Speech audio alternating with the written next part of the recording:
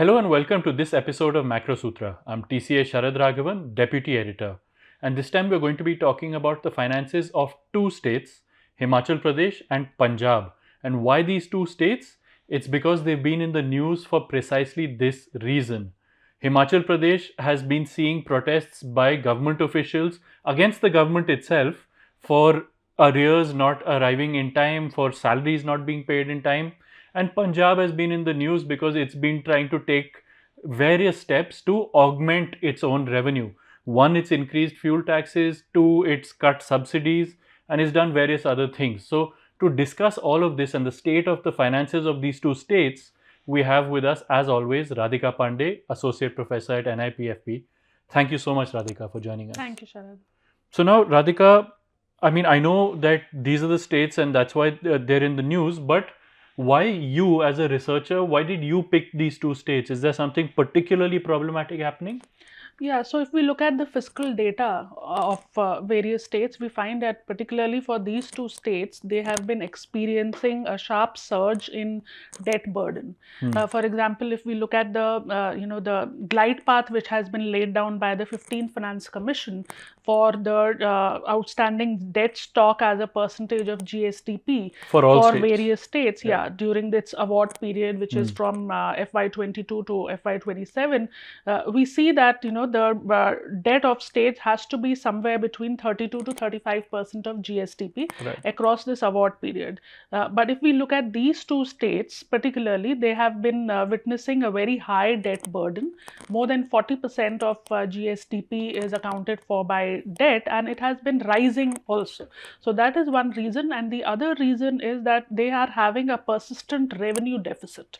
Now, there are some states that have revenue surplus, they have revenue deficit in some years, they have revenue surplus in some years, but these states have been witnessing again a sharp increase in revenue deficit, which is problematic because then you are borrowing for meeting your day-to-day, for the running of day-to-day state machinery. You're not borrowing for capital expenditure. So these two factors, in addition to what you pointed out, the growing financial strain of these two states, have led us to look at the finances of these states more closely. Okay, so let's take Himachal Pradesh first. Let's go into a little more detail about their debt. You're saying that it's very high right now compared to as a proportion of GSDP. Has it been becoming worse over time, or is it actually getting better, but it's still high? No, it's actually increasing marginally over time. So if we look at the last financial year, the debt to GDP ratio of Himachal Pradesh was 42.3%. Now it is 42.5% projected in the budget of the current year. So it is rising, and also in absolute terms, if we look at the debt, it's more than 90,000 crores. So that's a big number for a small state like Himachal Pradesh, and again it's been rising at a sharp pace. And the other problem is that because the debt stock is rising, the market borrowings, the yearly market borrowings are also rising, and they are exceeding the budgeted estimate by a substantial margin. For example, over the last 2 years, every year the state Himachal Pradesh has been budgeted market borrowings of somewhere around 8 to 9,000 crore. That's in the budget that they are going to borrow this much. But they end up borrowing around 12,000 crore, more than 11,000 crore. So even your budget maths goes for a toss. Budget maths goes for a toss. Normally what we see is that states do not end up borrowing what they had budgeted. They borrow less. But here we are seeing that they are borrowing much more than what they had budgeted, and they are borrowing at a time when they are having a persistent revenue deficit. So that is a concerning combination, that you are having your debt to GSDP is rising, and at the same time you are having a persistent revenue deficit. So let's talk about this revenue deficit a little bit more. Then a revenue deficit, of course, happens when your revenue expenditure, which is salaries, pensions, interest payments, those kind of what you spend on the day-to-day running of your government, that exceeds the revenue receipts. That's when you have a revenue deficit. And so now their revenue deficit, it's been widening, you're saying? Yes. So if we look at the compliance with FRBM, the states have to have a zero revenue deficit. So Right. they have to have a revenue balance. But here we are seeing that in Himachal Pradesh had a revenue surplus till in FY22. That is 2021-22. It had a revenue surplus. And that's not too long ago. Yes, just 2 years back, Yeah. and now it's having a revenue deficit. It's since then, for the last 2 years, and even for this financial year, the deficit is rising on the revenue account. And the problem is that 15th Finance Commission already is providing what is called the revenue deficit grants.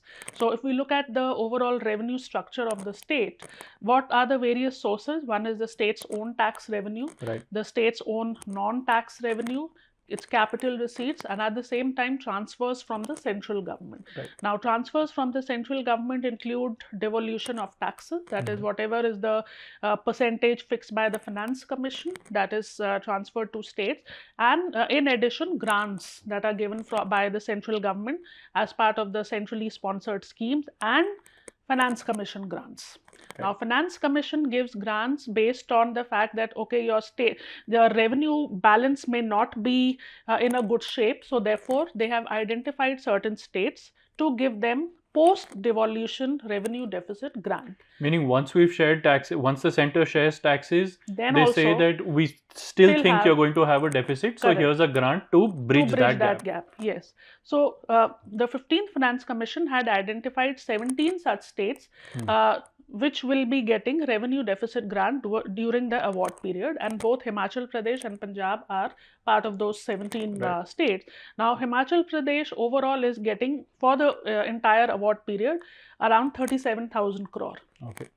And it's been tapering. So the bulk of the amount is front loaded in the initial 3 years. Now it's tapering.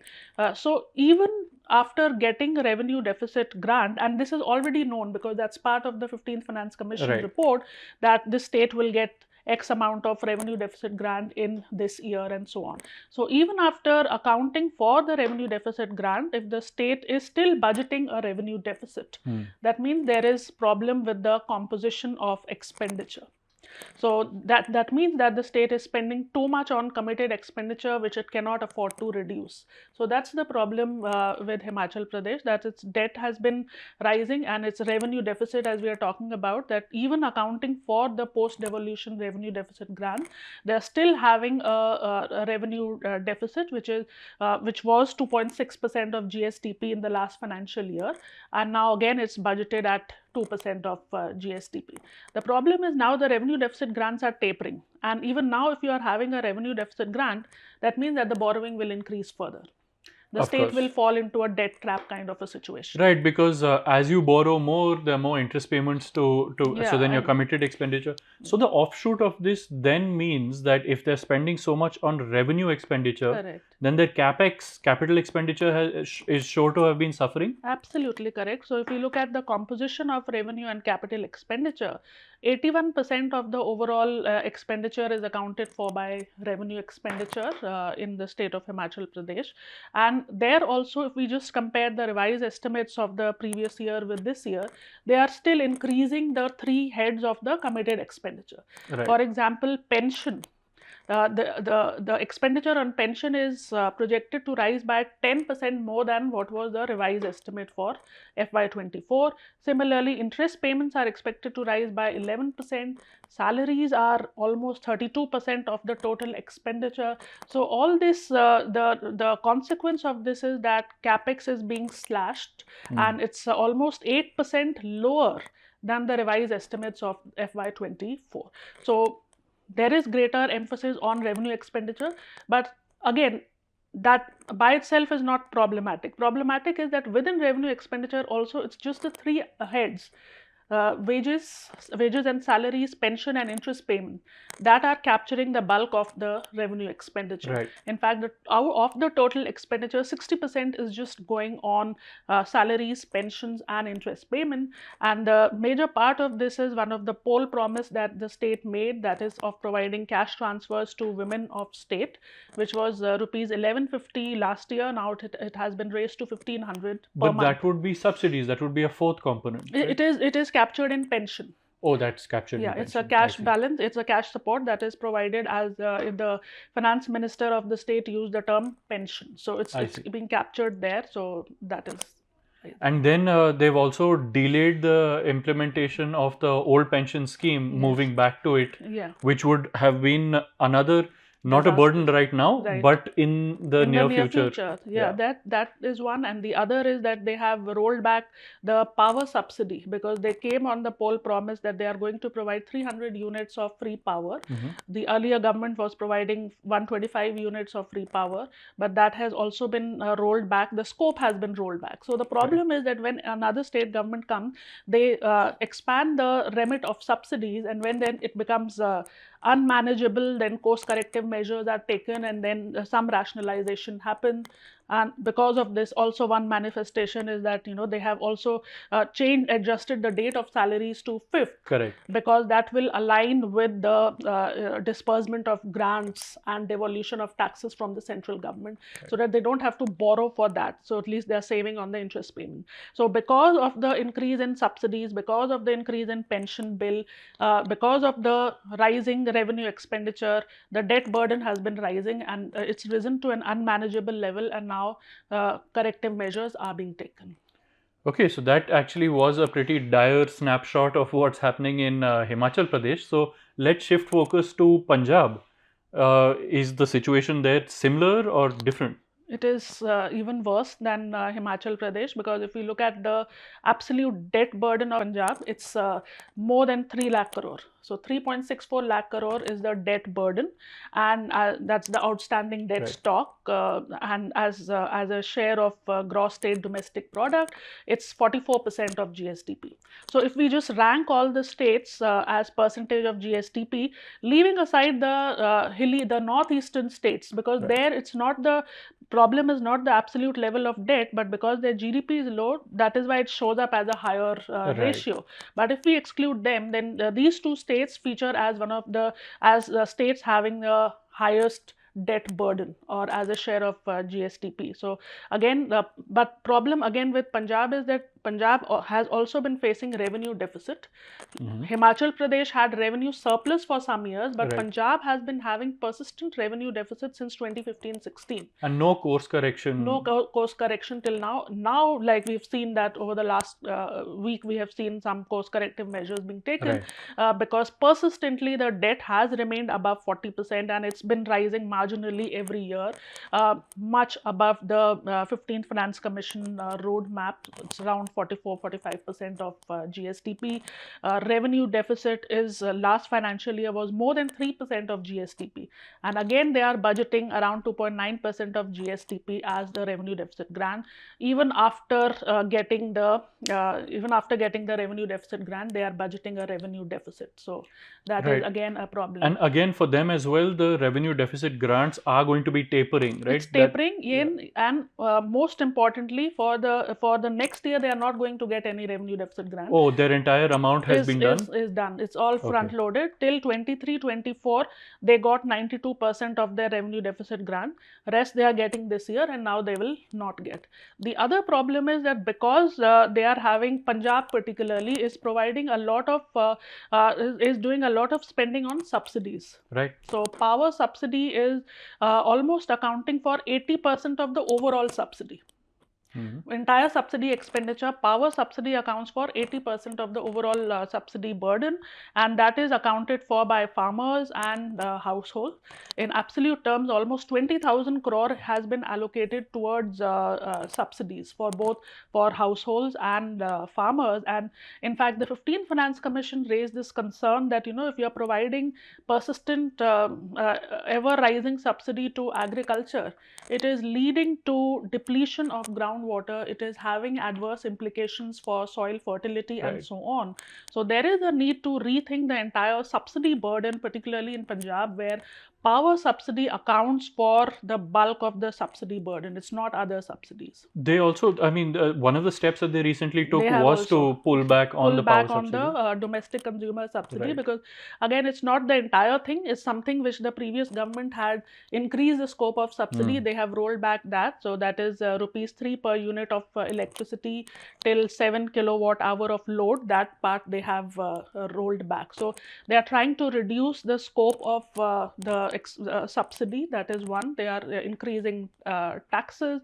They are taking other measures, but they went to the Finance Commission also asking for a bailout package. Punjab Yes. government went asking for more than 1 lakh crore as a bailout package, because they are facing financial strain due to increase in their revenue expenditure. So again, the committed expenditure, which is salaries, pension, interest payment, accounts for bulk of the revenue expenditure, and then there is power subsidy. So these 4 items account for bulk of the revenue expenditure, and revenue expenditure as a whole accounts for 94% of the overall expenditure. So then again, there's no There's chance of nothing. capex. Yes, so just if you consider in absolute term, 1.27 lakh crore is your revenue expenditure in Punjab, and only 7,000 crore is capital expenditure. So that's the wide chasm between revenue expenditure and capital expenditure, and it has been rising. So in both the states, the problems are similar. That is the rising bill on pension, subsidies, and salaries, accounting for greater part of the revenue expenditure, leading to higher borrowings, leading to higher debt burden, and at a time when the revenue deficit grants are being tapered, it creates a problem, because either the state has to cut down on that or will have to augment their own sources of revenue. Right. And these 2 states have also suffered due to the discontinuation of the GST compensation. Of course. Since 2022. So that has also led to increase in revenue deficit. So there are these structural problems, but it has to do with the way their finances are being managed. Now, I'm not particularly averse to the idea of the center stepping in and doing a one-time kind of bailout package for these states. But just like, say, how the IMF steps in for countries that are ailing, like say for Sri Lanka, they did it, for Pakistan, they did it. But they come with a plan that you have to adhere to these norms very strictly, and only then will we help you out. Like, surely we need something like that as well. It can't just be business as usual and the center stepping in, right? Absolutely correct. There has to be some plan, but it has to be based on certain conditionalities. Right. Remember, India in 1991 was also, the country as a whole was on the verge of default, and IMF provided assistance on the basis of conditions like, change your exchange rate, become more competitive. So have those conditions. And also, to be fair, Himachal Pradesh suffered last year due to adverse climatic conditions. Right. And their post-disaster needs assessment had assessed that they need 9,000 crore from the central government. And at the same time, because these states have been moving back to OPS and they are not implementing power sector reform, so their borrowing capacity has also been cut by the central government. So it's a combination of central government factors as well as the mismanagement of finances. But to be fair, again, to the central government, these are not factors that, it's not as if it's targeting these. These are factors that are set in stone, that absolutely, if you do the power sector reforms, you will get additional borrowing limits. And if you don't do them, then your borrowing limit will be cut down. Those are the ways in which the central government is nudging states to, implement reforms like the one ration card reform or power sector reform, or in the budget this time, the entire second generation, third generation reform that are being talked about, factor market reform that are being talked about. They are all linked to the fiscal and borrowing limits, because that is one lever provided by the constitution through which the central government can control the borrowing limits of states. Right. Okay, so we also have one question from the audience. Mridul asks, he says that we know that decentralization is really important and that we should devolve more power to states and local bodies. But considering the huge mess that many states have created for themselves via blatant fiscal imprudence, is the persistence of what we have now, the centralization of financial resources, now a legitimate argument for India? Basically, are our institutions too immature for power to be decentralized? I think in this context, the Finance Commission has a major role to play. Now, we know that the 16th Finance Commission has been set up. So, Finance Commission has to decide on, what will be the flow of resources from central to the state government. And if there are some states that are persistently incurring revenue deficit due to the proliferation of populist spending, what needs to be done about this? Is there a scope for incentive-based grants or disincentive? So, all these Finance Commission has a greater role to play because it's a statutory body, and we should be awaiting the report, the recommendation, the discourse, the discussion by the 16th Finance Commission in this aspect. It's a very it's a tough balance to strike between centralization and decentralization, because it's not that all states are facing this kind of a problem. On the other spectrum, we have states like Gujarat and Orissa. They are doing very well, but at the same time, we need to think about some other reforms. One reform is that there needs to be some cost or some disincentives for states that are persistently borrowing.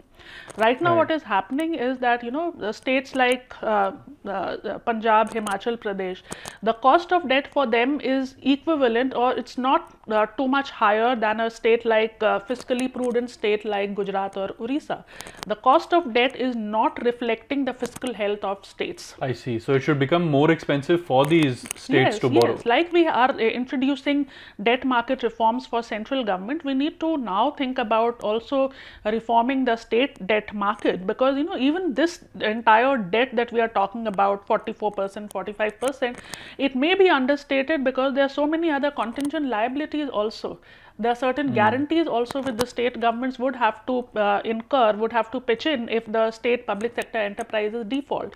All of that is not captured in this liability burden. So, what is needed is to have greater interplay of market forces. Markets should become more liquid. There needs to be more diversified sources of lenders or investors in state debt market, like we're talking about municipal bond market, but first make the state bond market also more liquid. The cost of debt should reflect the fiscal health, because if, there's a very nice report that comes up every quarter by the Clearing Corporation of India Limited. What they show is that the amount of borrowing is different for different states. The outstanding debt is different, fiscal deficit is different, but the cost of debt is similar. The same. Yeah, it's just it fluctuates in a narrow band of between 6.9 to 7.1%. So that is again something that we need to talk about. We need to think about institutional reform. We need to think about a greater role for Finance Commission, thinking about some kind of grants and incentive-based grants, and also to reform the entire center-state relations. So there you go. These are two states that are in dire financial trouble. Most of it is trouble of their own making, because a lot of it has to do with subsidies and giving out a lot of freebies, spending large amounts on things like salaries, pensions, and now of course because they're falling into a revenue deficit, they're having to borrow a lot of money. Why? Because they borrow a lot of money, they have a lot of interest payments, which then adds to their revenue deficit, and so it then becomes a vicious cycle. How they square this circle, we don't know yet, whether the center will step in to help them out or whether they have to drastically cut their spending. We'll have to see. But right now, things are not looking good for either Himachal Pradesh or Punjab. But on that note, that's all from us. Thank you so much for watching.